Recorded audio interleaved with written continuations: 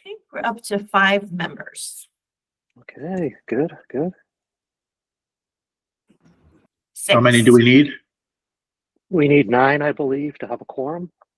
Correct. Gotcha.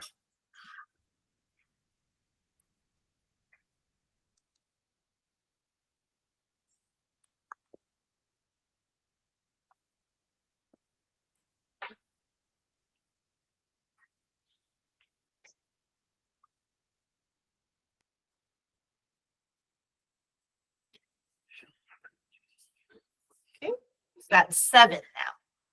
Okay.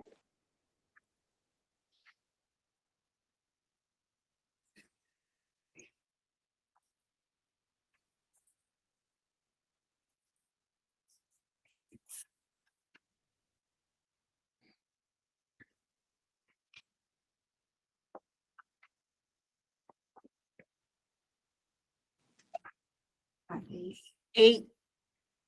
Okay, good. One more to make quorum.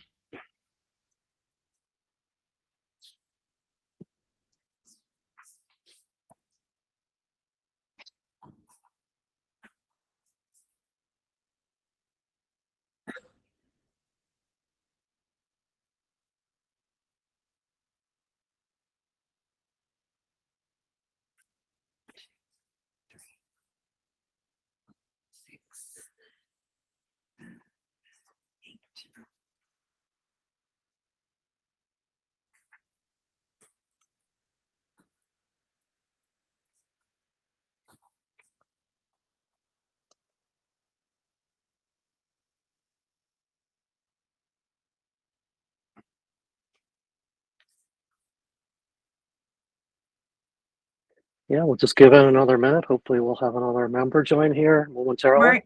Murray just joined, Oh. so you now have 9. Okay, perfect.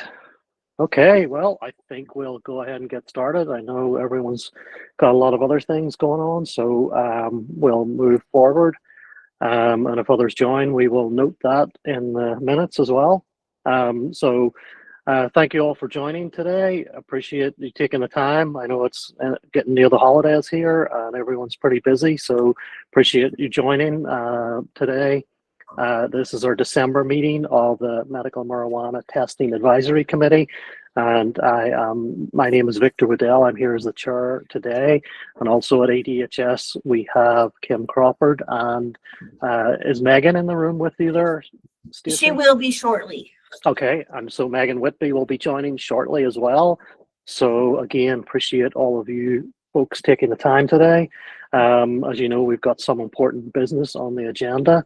And so to start out, I'm going to go ahead and take a roll call just to show that we have quorum. So if you could unmute when I call your name and let me know that you're present. I'll start with Max Lung. Here. Thank you, Max. Murray Stein. Here. Thank you, Murray. Tim Nolan. Here. Thank you, Tim. Connor Griffith. Here. Thank you, Connor. Steve Cottrell.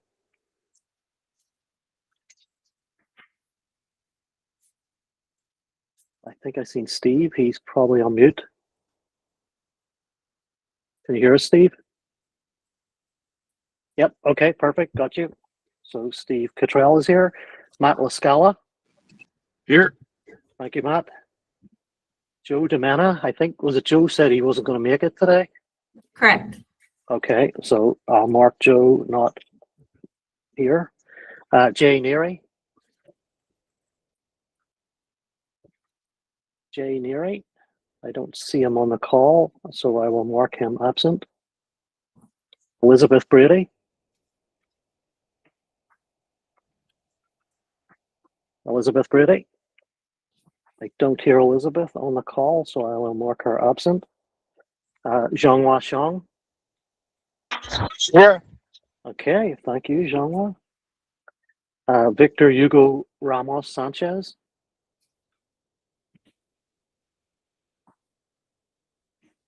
I don't see Victor on the call. Victor Hugo Ramos Sanchez. I will mark him absent. Ty Garber.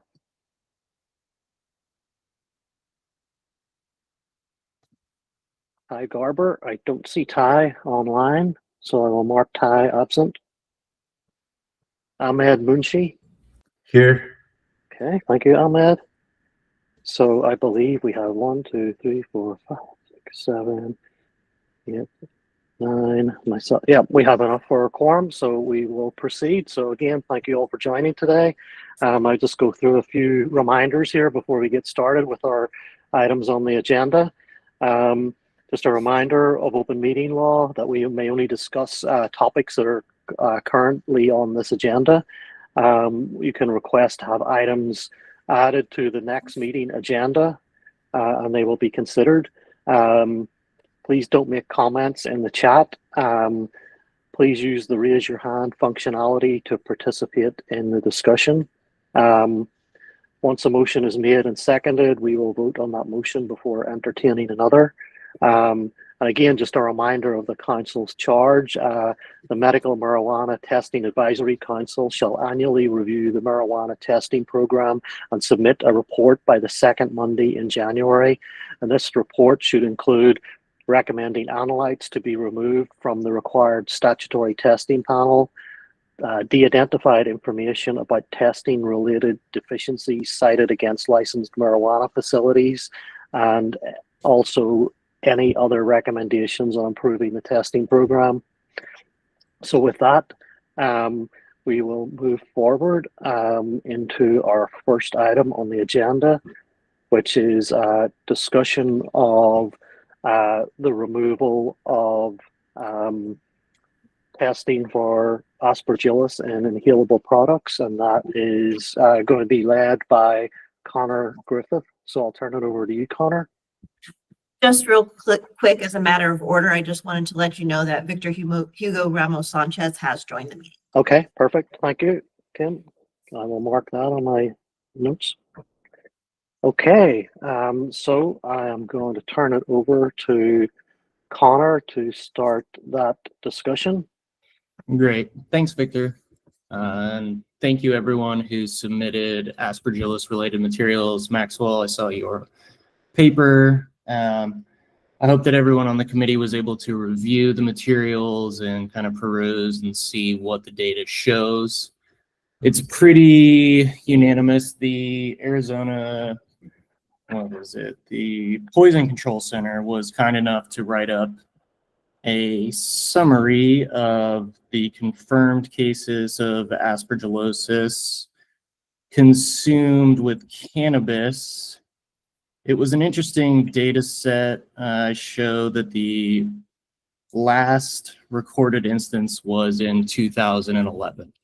So we're talking 15 years ago was the most recent confirmed case. There was 3 in the 2000s, 1 in the 90s, 3 in the 80s, and 1 goes all the way back to the 70s. So it's plausible.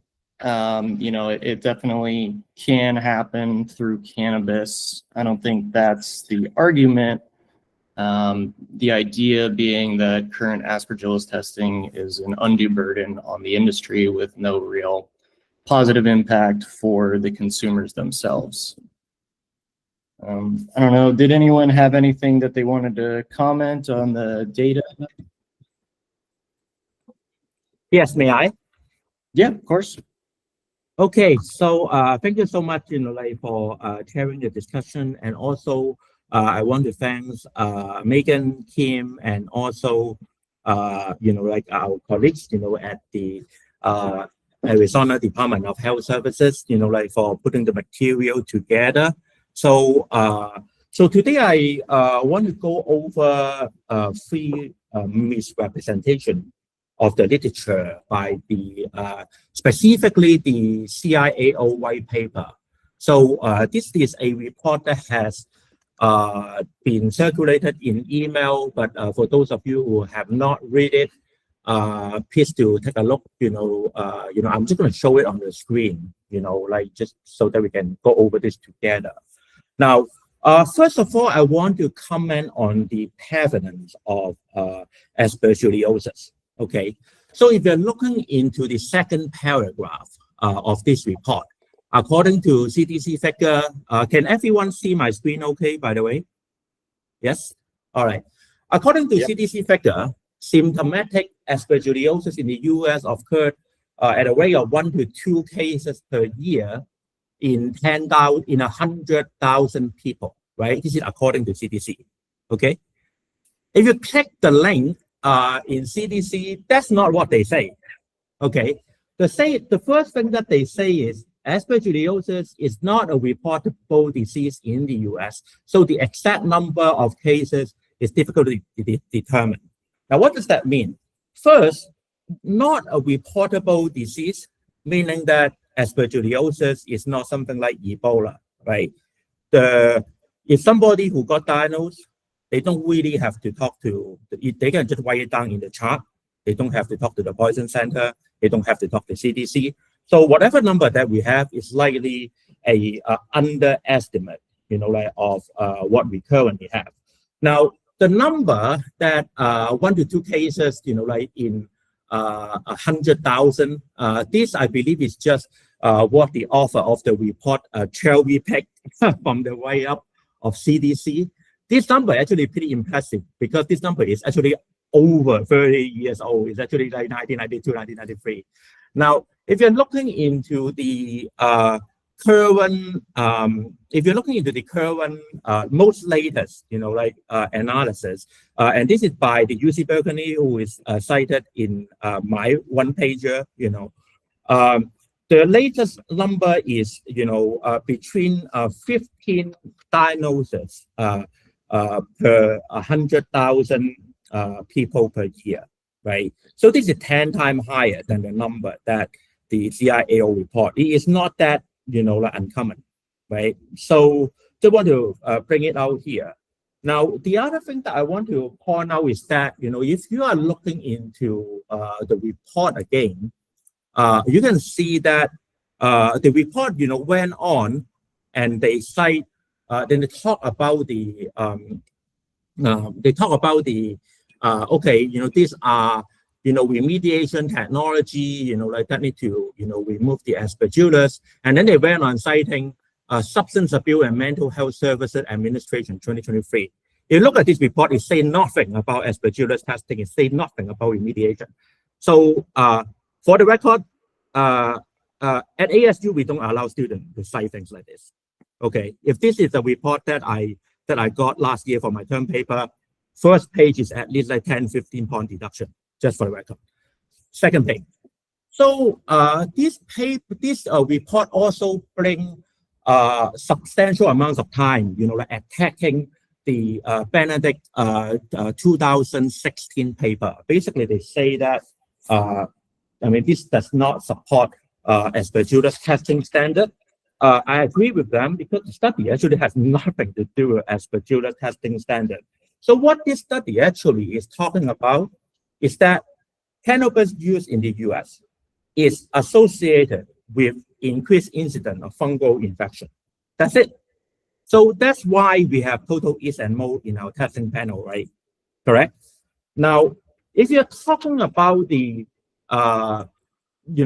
aspergillus in cannabis, as this report is suggested, there are at least 13 studies in the literature that talk about aspergillosis caused by cannabis or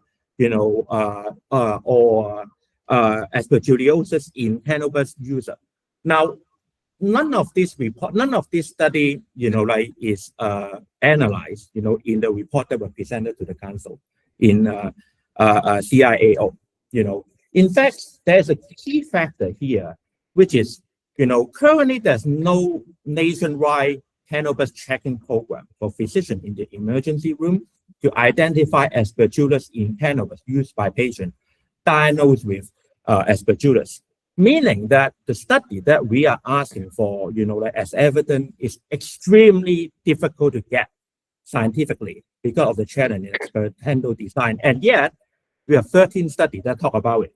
Now, this study is summarized in two papers, like Trudeau and R, 2010, and also Green and R, 2023. So the second paper is actually my paper. And then if you actually look into the analysis that I did, you will see that compared to the other fungal pathogen, Aspergillus has the most literature evidence on causing infection, on cannabis user, right? So this is not, all this 13 paper is not cited in the CIAO report on about Aspergillus in cannabis. That's pretty outrageous, okay? Now, I also want to talk about the current status of immunocompromised patient education for cannabis safety. Now, first of all, if you are looking into the stand of most of the key professional medical associations, including American Medical Association, the current cannabis safety recommendation is mostly based on abstinence. Meaning that if the patient talk about cannabis at a clinical setting, the medical doctor is recommended to usually just tell patient not to use it, right? The recommendation is not based on harm reduction, right? Like they almost would never talk about, hey, let's use cannabis with a safer method or with a safer dose, right? So it's correct to say that advising immunocompromised patients not to use inhalable form of cannabis can reduce harm, right? Nothing wrong with that. But to assume that the patient who are immunocompromised to know how to use cannabis with a safer method to avoid fatal infection, we are basically setting up the patient for failure. Now, I also want to talk about the limitation, of the current Aspergillus testing technology. So there are genetic material of Aspergillus in the biopesticide that are used in the environment. So yes, this can result in potential false positive in Aspergillus testing, particularly for cannabis that is grown outdoor. But my overall assessment on this issue is that Aspergillus testing is not a perfect technology, right? I agree with, comment on the council that it contributes to a part of the production cost, right? No question about that. But at the same time, if you're evaluating the fact that we might miss the true positive, or if the safety standard is not in place, what you would have is Aspergillus infection that can result in fatal outcome in immunocompromised patients. Okay, so because of that, Aspergillus testing requirement, in my opinion, should remain in place based on precautionary principle. And I yield.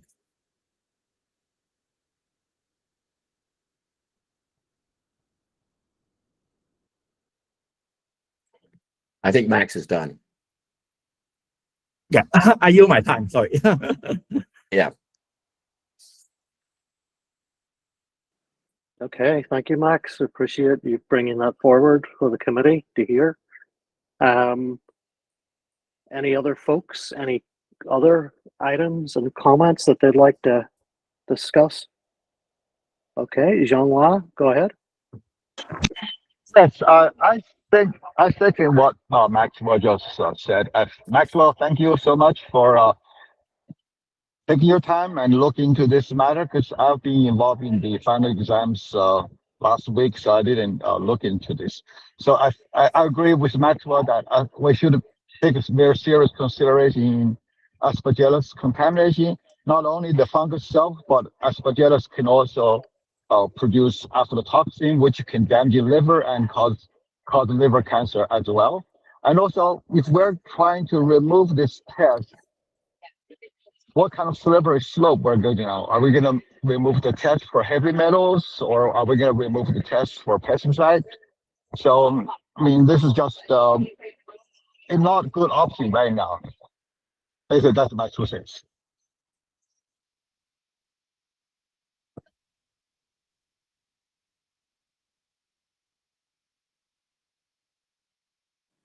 Okay, thanks, Jean-Noir.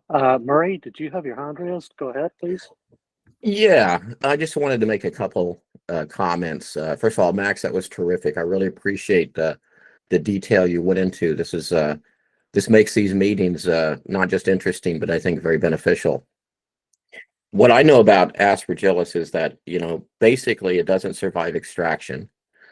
You find it or could find it in live rosin. You can find it in flour since combustion doesn't adequately kill it. Aspergillus is everywhere. The question is how much is there and how much can it affect a person who's immunocompromised. I guess I understand the financial aspects of Aspergillus, and we've worked closely with grows in the past where we've seen it sweep through a whole grow, and they've had to basically pull everything down and try to monetize what's left over by trying to extract from it. Dramatic impact, but it's what they do. So if you stop testing for Aspergillus, how will we know when we have Aspergillus in a grow, when it has taken over and done that? And maybe we're not, maybe we have a not so good player and he doesn't report it and that flower does make it out into smokable. If we don't track it, if we don't test it in some way, we don't know what is going on. And maybe that's falls upon the state to periodically test it and not on the individual cultivators because of the financial thing. But we do need the data, I think, to really know whether we have a problem going forward or not. That was my basic comment. Thank you. Okay, thank you, Murray. Any other comments or questions that any folks would like to share?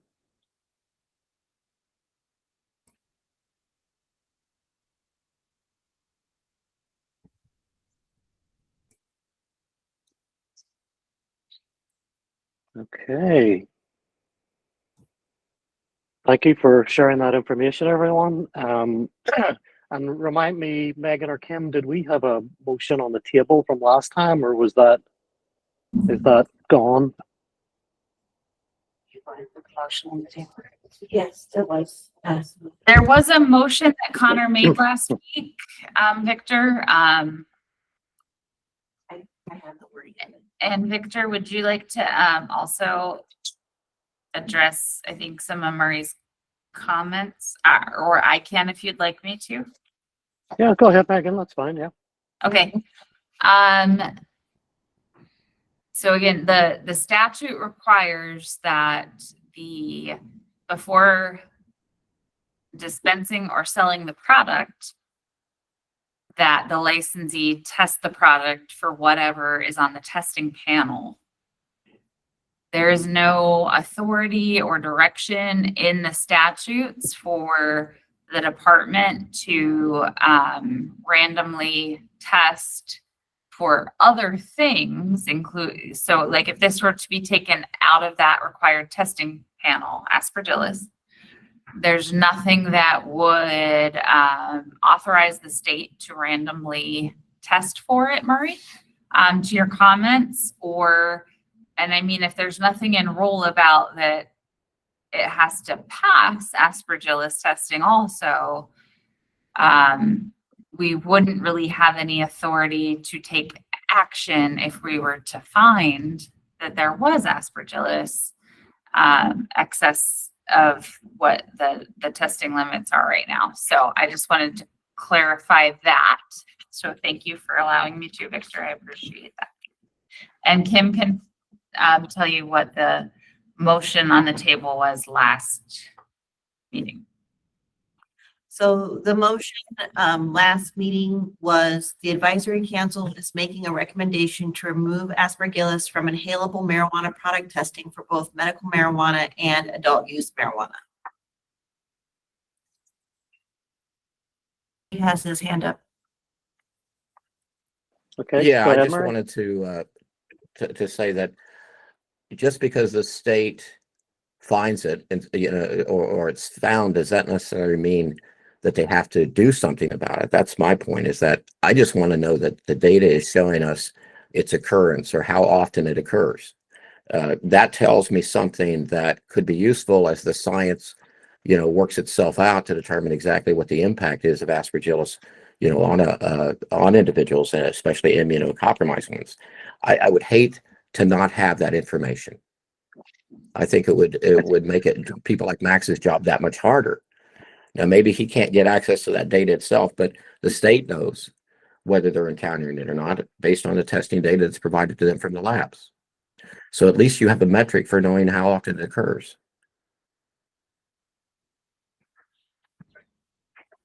We have that metric, and the one thing that I keep circling back to is the report put out by the Poison Control Center talking about how the last instance was 15 years ago. And I appreciate everything Maxwell said, brought a lot of good points, but I think we're kind of coming up on that Venn diagram of academia versus real world and the intersection of those two. And yes, on paper, does it sound good? We could test for, one of the papers talked about that there's 100 different fungal species that have been found on cannabis. Now, do we need to test 100 fungal species? No. We know the CDC says that this stuff is everywhere. It's ubiquitous in our environments. And so while I appreciate the concept of keeping it in place with the testing standard, I think it's just an unnecessary burden on the industry. Max pointed out that the stats were a little higher. We're looking at 15 cases per 100,000.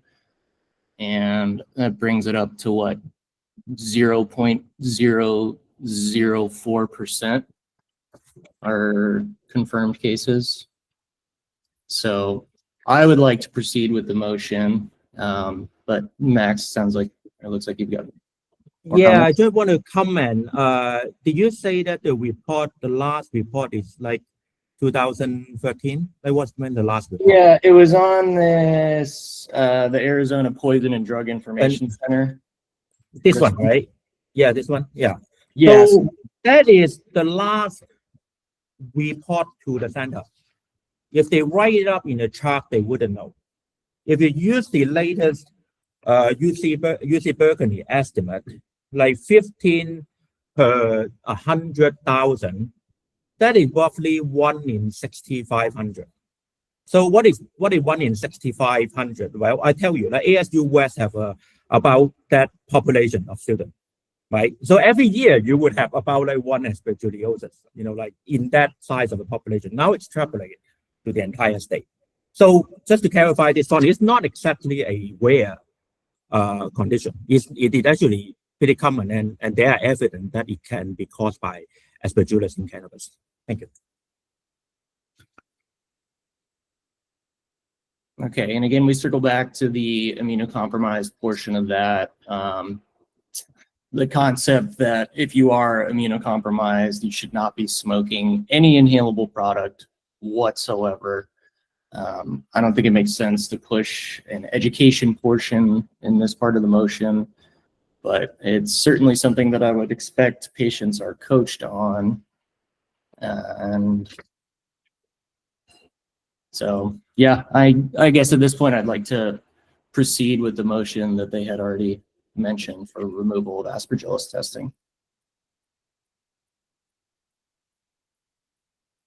Okay, well, I think we can proceed with the motion that Kim read earlier. Kim, do you want to read it one more time, please? Sorry. The motion was the advisory council is making recommendation to remove aspergillus from inhalable marijuana product testing for both medical marijuana and adult use marijuana. Victor, is there any, would you like to invite anyone else on your team or from ADHS to provide any more information about why it was included in the panel? Yeah, I think so. I think we could do that. I don't know if Mary's group has any comments or any folks in your group, Megan, have any comments or history on why it was added initially. I know it was back, was it 2019 or somewhere around that? Yeah, this was back in 2019. This is Mary Graham with the Arizona Department of Health. Back then, Steve Baker did a presentation on this where, we took into all these considerations that you all are bringing up now. And his recommendation at the time was either require testing for aspergillus or, if not, to put a warning label on products for immunocompromised people. And We did have a lot of robust discussions back then, and the committee at the time decided to go ahead and require the Aspergillus testing for products.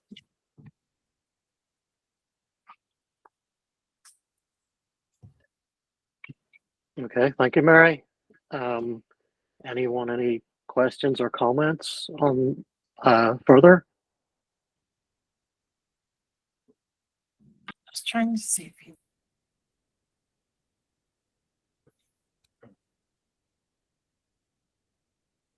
There, at some point, if you don't mind too, would you also be able to read the disclaimer that we have on our website? We can send, I think somebody sent, I think Catherine sent you the link. Yes, Let I me- sent the link in the chat. Okay, let me just pull that up.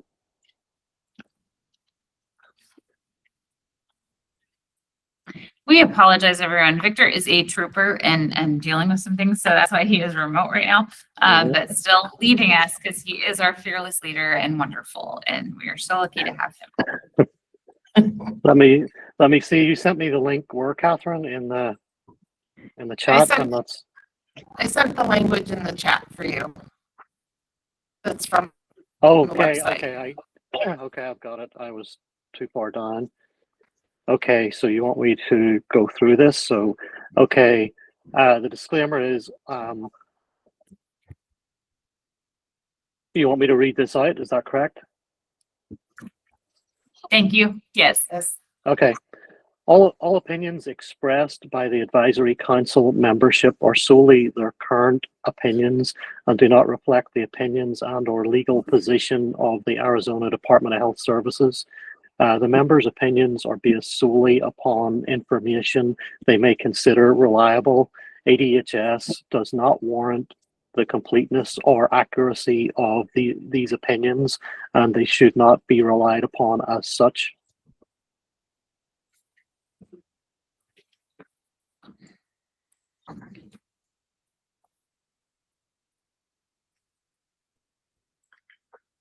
Okay, any further comments from anyone at this point?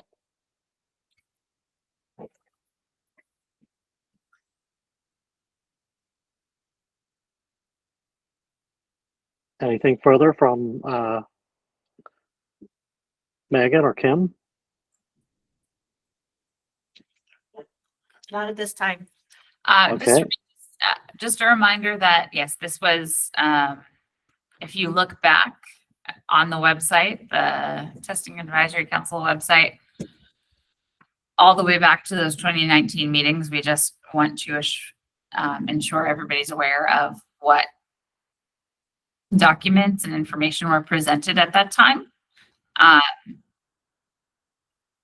And a lot of it is consistent with what Max had said today still from his analysis.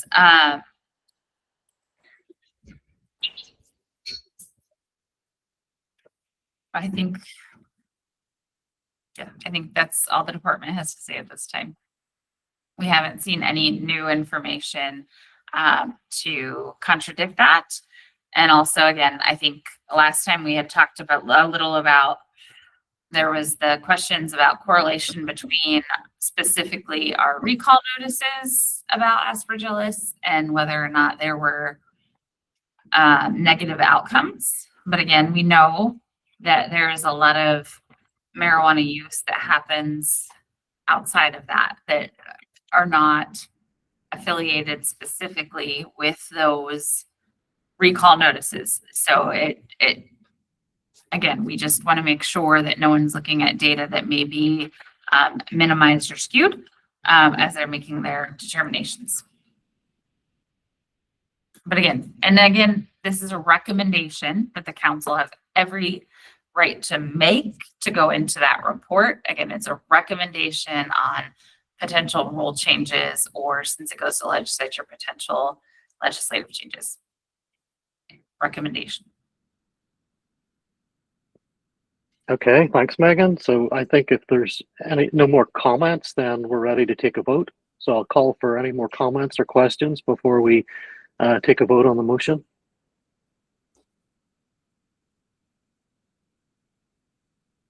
yet been, oh, sorry, just so you know, the motion by Connor had not yet been seconded. Okay, so, do we have a second for Connor's motion, or do we need to read it one more time? I'm happy to read it one more time. Yeah. The advisory council is making a recommendation to remove aspergillus from inhalable marijuana product testing for both medical marijuana and adult use marijuana. Okay, thank you, Kim. Okay, do we have a second to Connor's motion?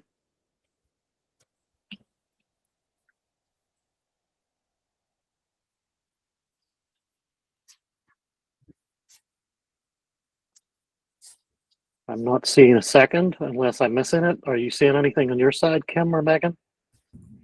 We are not.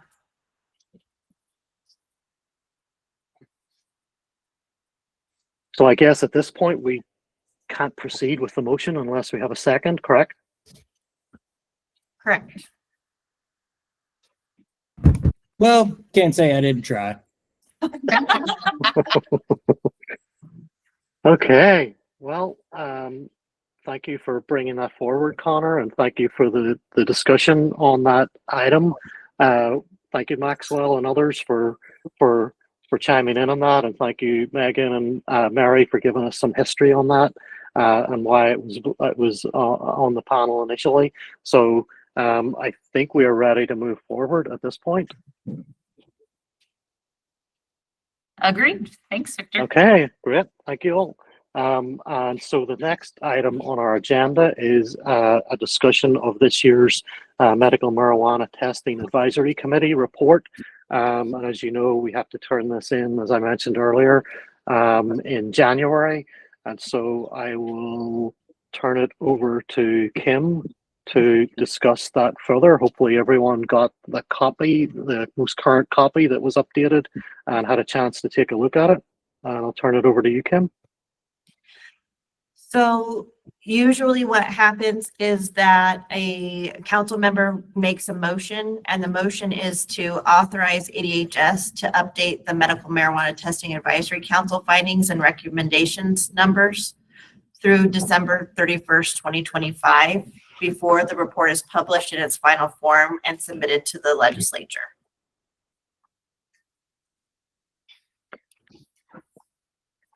And Kim, that's just to allow us to make any changes that would happen between today and when the report is submitted to the legislator, correct? Correct.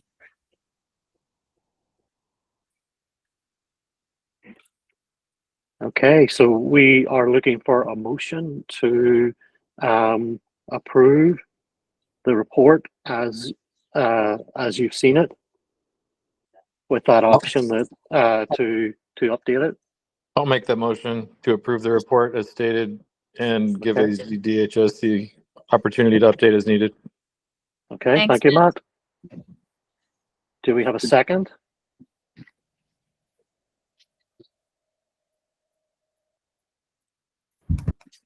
Go ahead, I Steve. second. Okay, thank you, Steve. Any further discussion before we take a vote? Hearing no discussion, I think we're ready to move forward and take a vote. So I will call for anyone who disagrees to raise their hand now. So I don't see any members disagreeing. So I believe the rest are in favor unless anyone would like to abstain. Do we have any abstentions?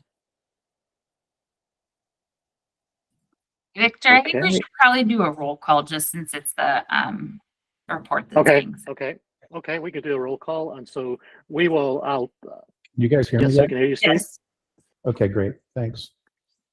Okay, what I will do then is I'll call for all of those who vote to approve the motion, please either raise your hand on the screen if you could, and we will be able to document it that way.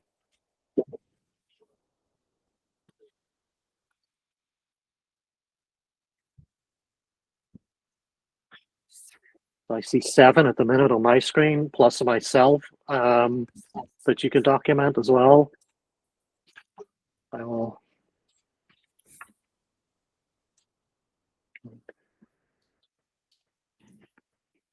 So I see 9. I see Unanimous. 9. Are we missing anyone? We have a total of 10, which is the number of members present, so the motion passes unanimously. Okay, perfect. Great. Thank you, Kim. Thank you, everyone. We appreciate your input on the report and allowing us to move that forward. And we will make sure that it gets updated if necessary and submitted to the legislator on time. Okay. So we are, I guess, at the last item on our agenda, which is our meeting wrap up. Again, wanted to thank all of you for participating in the committee over this year. Appreciate all of your input and sticking with us and helping us to make sure we have a quorum so that we can proceed and do the work of the committee. We certainly appreciate all of your help with that. And again, as a reminder, we have still 3 open positions that are listed on the agenda there. We have an open position for a registered dispensary agent with 3 years of medical marijuana edible production experience.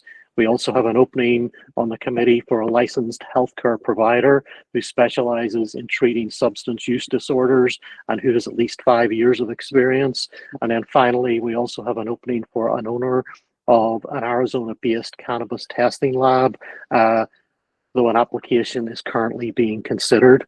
So again, if you know anyone that might fit those positions, it always helps us to have more members, which increases our chances of making sure that we meet quorum. And I know there was a few times this year where we didn't. And we hate to see that because we have other members, and it means that it uses up a lot of their time, and then we have to hold a meeting again. But again, we appreciate your input this year, and we look forward to talking to you all next year when we have our meetings again. So we appreciate that. And again, if there are items that you'd like to put on future agendas, feel free to send those to Kim, Megan, myself, or Stacy, and we will ensure that they get on the next agendas. And so with that, I'm going to call the meeting to adjourn, and thank you all, and wish you all a great holiday season. Enjoy it with your family and friends, and relax, take it easy, and we will see you all again next year. Thank you, Victor. Thank you Great all. job this year. Thank you, guys. Thank you, everyone. Happy holidays. Happy Thank you holiday. all. Thanks for the Bye. good Thank you. wishes. Thank you. Happy holidays. Bye. My other committee is so much.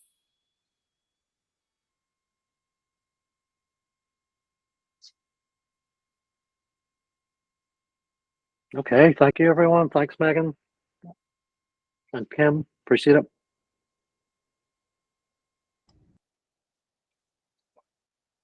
Bye, Victor. Happy holidays. You too. Thanks, Matt. Thanks, Greg.